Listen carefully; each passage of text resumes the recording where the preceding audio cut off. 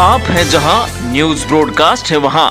नमस्कार, स्वागत है आप सभी का न्यूज ब्रॉडकास्ट में। महाराष्ट्र सरकार की नई आबकारी नीति से सामाजिक कार्यकर्ता अन्ना हजारे नाराज हो गए हैं। उन्होंने 14 फरवरी से अनिश्चितकालीन भूख हड़ताल करने की घोषणा कर दी है। अन्ना हजारे ने कहा कि उन्होंने महाराष्ट्र के मुख्यमंत्री और उप मुख्यमंत्री को आबकारी नीति वापस लेने के लिए पत्र लिखा था, लेकिन उसका कोई जवाब नहीं मिला है।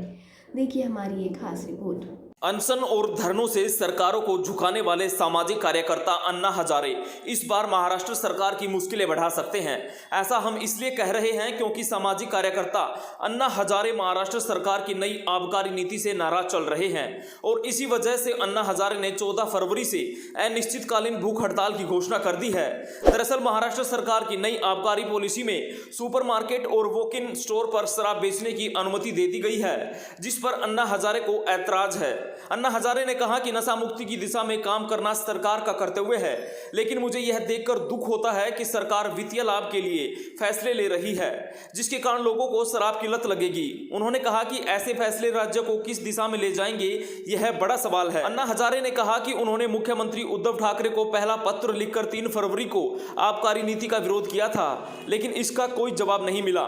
उन्होंने कहा कि सीएम को फिर से याद दिलाने के लिए स्मरण पत्र भेजना पड़ रहा है।